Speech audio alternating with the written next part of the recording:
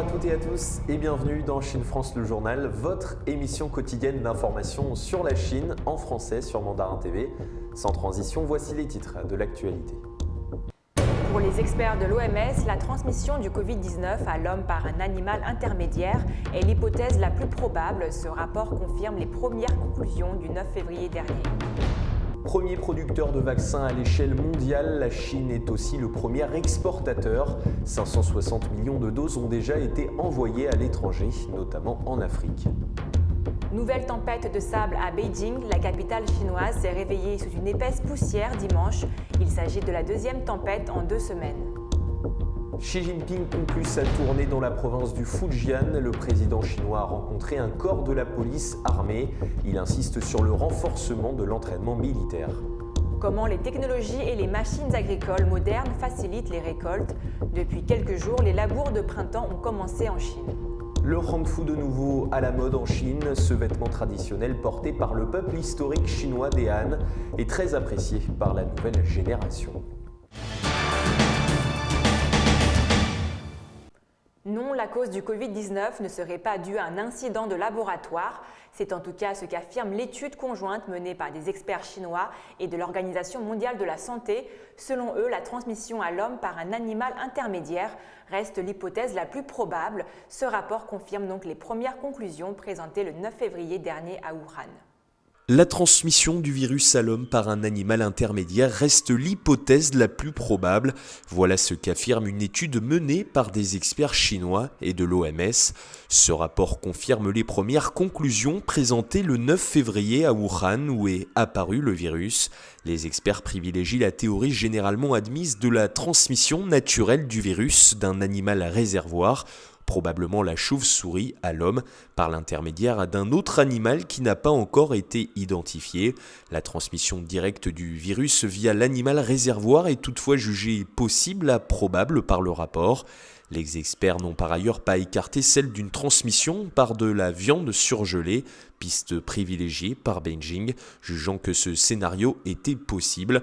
En revanche, la thèse d'une fuite d'un laboratoire soutenue par l'ancien président Donald Trump est écartée. Dans leur rapport, les experts indiquent ne pas avoir étudié le cas d'une fuite volontaire et jugent extrêmement improbable un accident. Dans ses conclusions, le rapport indique que les études de la chaîne d'approvisionnement du marché de Huanan et d'autres marchés de Wuhan n'ont pas permis de trouver d'éléments de preuve de la présence d'animaux infectés. Mais l'analyse des chaînes d'approvisionnement a fourni des informations utiles pour des études de suivi ciblées, notamment dans des régions voisines. Et toujours dans l'actualité liée au Covid-19, la Chine continue de s'affirmer comme le premier producteur et le premier exportateur de vaccins dans le monde. Dimanche, plus de 560 millions de doses avaient déjà été envoyées à l'étranger. Le continent africain reste le lieu privilégié par Beijing, où 17 pays ont reçu une cargaison de vaccins chinois. Premier pays touché par le Covid-19, la Chine est aussi le premier pays à avoir élaboré un vaccin. Aujourd'hui déjà, 5 vaccins anti-Covid-19 ont reçu dans le pays une autorisation conditionnelle de mise sur le marché ou une autorisation d'utilisation d'urgence. Cela permet à Beijing d'exporter massivement. 560 millions de doses ont été envoyées à l'étranger, soit un quart de la production nationale. Accords commerciaux avec 27 pays, dont de doses à plus d'une cinquantaine, la Chine s'impose comme la solution. La majorité des exportations des vaccins chinois contre le Covid-19 sont actuellement dédiées au continent africain. Alors que le dispositif onusien COVAX peine à montrer ses effets et que l'Union européenne et les États-Unis débattent encore de leur gestion interne de la pandémie, la livraison de milliers de doses supplémentaires de la part de la Chine représente une option précieuse pour le continent. Le Congo-Brazzaville, l'Égypte, le Gabon, la Guinée ou encore le Maroc font partie des pays ayant reçu des cargaisons de vaccins, majoritairement de Sinopharm. Dernièrement, la Mauritanie a reçu 50 000 doses du vaccin chinois, mercredi 24 mars, ainsi qu'un lot de respirateurs envoyés par Beijing. C'est un événement majeur dans l'histoire des relations sino-mauritaniennes, marquant une nouvelle étape dans la coopération bilatérale dans la lutte contre la pandémie de Covid-19. C'est félicité le chargé d'affaires Wang Jian sur le site de l'ambassade de Chine à Niangkok. Presque tous les pays africains dépendent du mécanisme de solidarité internationale pour démarrer leur campagne de vaccination. Depuis début mars, le continent a reçu 16 millions de doses sur les 600 millions promises cette année afin d'immuniser 20% de la population. Une dizaine de pays attendent encore leur première livraison. L'Afrique du Sud, elle, est parvenue à revendre à 14 pays du continent le million de doses de vaccin AstraZeneca qu'elle avait choisi de ne pas administrer après la publication d'études montrant la moindre efficacité de la formule anglo-suédoise. Cette décision prise mi-février avait conduit le pays africain le plus touché par l'épidémie, 1,5 million de cas et 52 000 décès, à repousser sa campagne de vaccination. Celle-ci a depuis pu être lancée grâce à un accord passé avec Johnson & Johnson. Environ 200 000 personnes ont pu à ce jour en bénéficier. Le sable fait son retour à Beijing, quelques jours seulement après qu'un épais nuage ait enveloppé la capitale chinoise. Une nouvelle tempête a frappé la ville dimanche. Cette dernière viendrait de la Mongolie et du nord-ouest de la Chine, des zones particulièrement frappées par la sécheresse. Et rebelote, une deuxième tempête de sable en 2 semaines a frappé la capitale chinoise. Dimanche, Beijing s'est en effet réveillé sous un épais nuage de poussière particulièrement toxique, réduisant fortement la visibilité. L'indice officiel de la qualité de l'air de Pékin a atteint un niveau maximum de 500 dimanche matin. Les particules flottantes appelées PM10 dépassant 2000 microgrammes par mètre cube dans certains districts. Ces particules PM10 sont particulièrement nocives car elles peuvent pénétrer dans les poumons. Quant aux particules PM2,5, ces dernières peuvent pénétrer dans la circulation sanguine. Face à cette situation, les autorités ont déclaré une alerte, invitant les habitants à rester chez eux. Cette fois, la cause de cette tempête viendrait de la Mongolie et du nord-ouest de la Chine, des zones particulièrement touchées par la sécheresse. Et selon le bureau météorologique, Pékin pourrait faire face à davantage de tempêtes de sable en avril, en raison des conditions météorologiques défavorables cette année. Partons au Fujian maintenant. Xi Jinping conclut sa tournée dans la région. Le président chinois a rencontré un corps de la police armée. Il en a profité pour insister sur le renforcement de l'entraînement militaire et de la préparation au combat. Xi Jinping a insisté sur le renforcement de l'entraînement militaire et de la préparation au combat pour améliorer les capacités à remplir les missions et les tâches lors de son inspection d'un corps mobile de la force de la police armée populaire. Le président chinois, qui est aussi secrétaire général du comité central du Parti communiste chinois, a en effet inspecté mercredi le corps dans la province du Fujian à l'est de la Chine.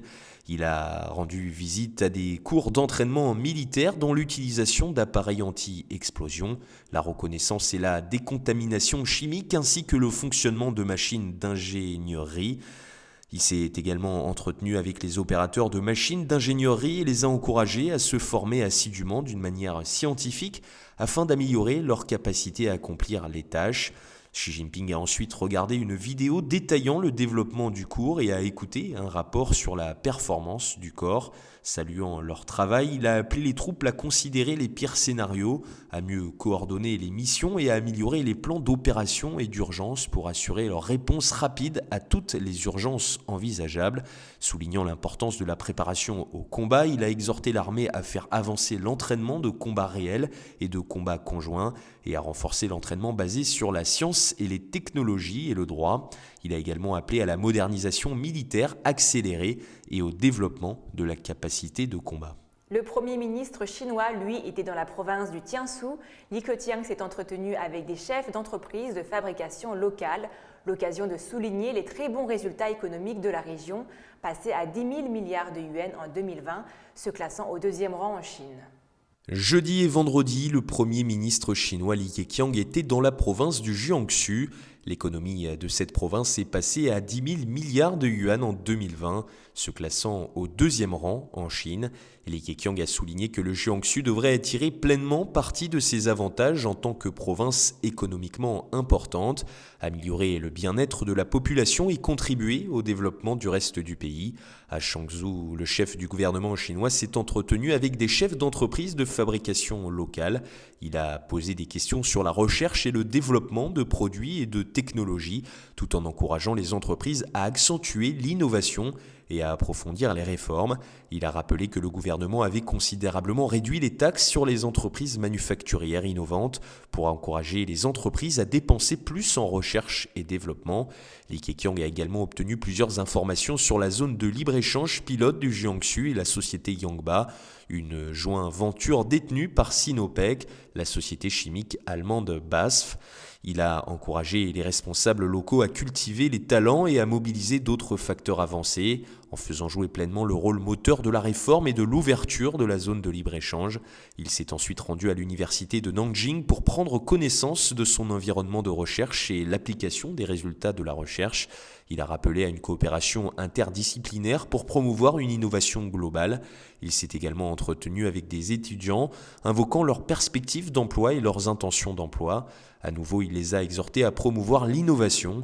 Li Keqiang n'a pas manqué de saluer les réalisations du développement économique et social du Jiangsu et a souhaité que cela favorise le développement à un niveau supérieur. 8% par rapport au trimestre précédent.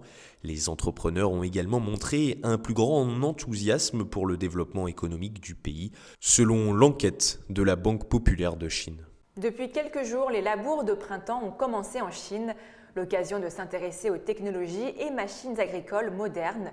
Ces dernières facilitent grandement le travail des agriculteurs chinois. Tracteurs autonomes, drones agricoles zooment sur ces nouveaux outils indispensables. Alors que les labours de printemps se déroulent actuellement dans tout le pays, les technologies et les machines agricoles modernes facilitent largement les activités agricoles en Chine.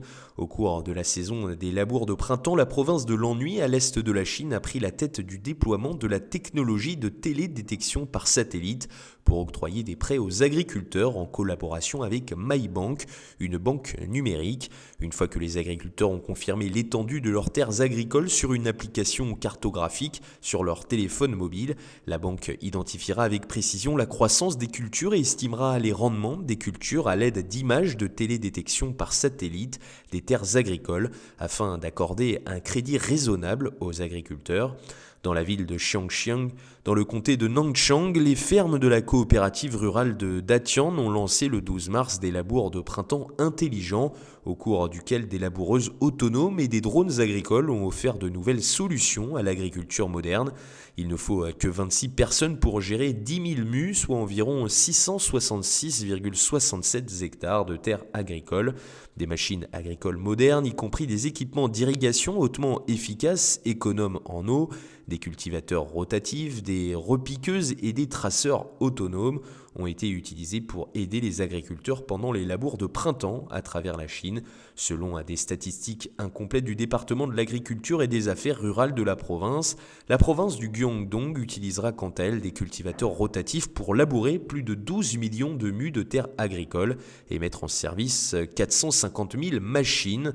Ailleurs, des tracteurs autonomes basés sur le système de navigation par satellite Beidou ont été utilisés pour explorer l'agriculture de précision dans des champs de canne à sucre d'un parc industriel agricole moderne de la ville de Langbin. Aujourd'hui, le taux de mécanisation des labours, des semis et de la récolte de la canne à sucre dans la ville est d'environ 65%. Dans une coopérative rurale du comté de Taïba, dans la province du Shaanxi, des cultivateurs rotatifs, des drones et d'autres machines ont quant à elles été déployés pour améliorer l'efficacité de l'agriculture de printemps. La coopérative a également mis en place une base de légumes biologiques intelligente où les techniciens agricoles peuvent utiliser des téléphones portables pour surveiller en temps réel la température, l'humidité mais aussi la lumière et contrôler les écrans solaires et le système d'irrigation et de fertilisation dans les serres.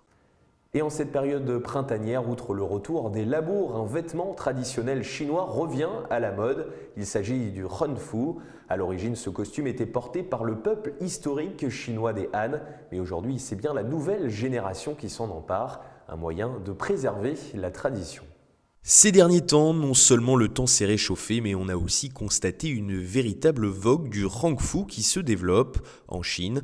En cette saison printanière, on peut ainsi voir de nombreux jeunes hommes et jeunes femmes portant de splendides costumes traditionnels chinois dans la rue, offrant aux yeux un agréable paysage printanier. Le hongfu et les produits dérivés qui n'étaient naguère qu'un passe-temps pour certains gagnent peu à peu en popularité et une grande partie du public ressent aujourd'hui le charme du hongfu. La plupart des amateurs de hongfu sont des jeunes et pour eux, ce vêtement est une fenêtre sur la culture chinoise traditionnelle. Par exemple, pour comprendre les différentes formes de hongfu, comme ceux des époques Ming, Han et Tang, il ne suffit pas de les découvrir sur Internet, il faut aussi lire de nombreux livres sur la culture des costumes traditionnels chinois, ce qui a permis à de nombreuses personnes de tomber amoureuses de la culture traditionnelle chinoise. De nombreux sites touristiques ont également suivi la tendance de cet engouement pour le hongfu, en lançant des activités telles que la semaine de la culture du hongfu et le défilé du hongfu, et certains sites touristiques offrent même l'entrée gratuite pour les touristes portant le hongfu, ce qui encourage les visiteurs à découvrir la culture traditionnelle en portant le hongfu. Bien que les échanges culturels dans le monde soient de plus en plus fréquents à mesure que la mondialisation se développe, la jeune génération a toujours à cœur le charme du hongfu et de la culture traditionnelle. La découverte et la préservation de la culture traditionnelle des costumes traditionnels chinois par la jeune génération ont une signification positive pour la transmission de la culture chinoise. Et terminons ce journal dans la province du Fujian où des dauphins blancs ont été aperçus. Cette espèce menacée bénéficie d'une protection. En effet, l'État chinois œuvre pour sa préservation puisqu'il n'en existe que 6000 dans le monde. Et selon les derniers recensements, 4000 à 5000 se trouveraient en Chine. C'est la fin de notre journal. Merci à tous de nous avoir suivis. Et n'oubliez pas de vous abonner à notre chaîne YouTube et de cliquer sur la petite cloche en bas à droite de notre vidéo pour ne rien rater des dernières vidéos de Mandarin TV. Très belle journée ou très belle soirée sur Mandarin TV.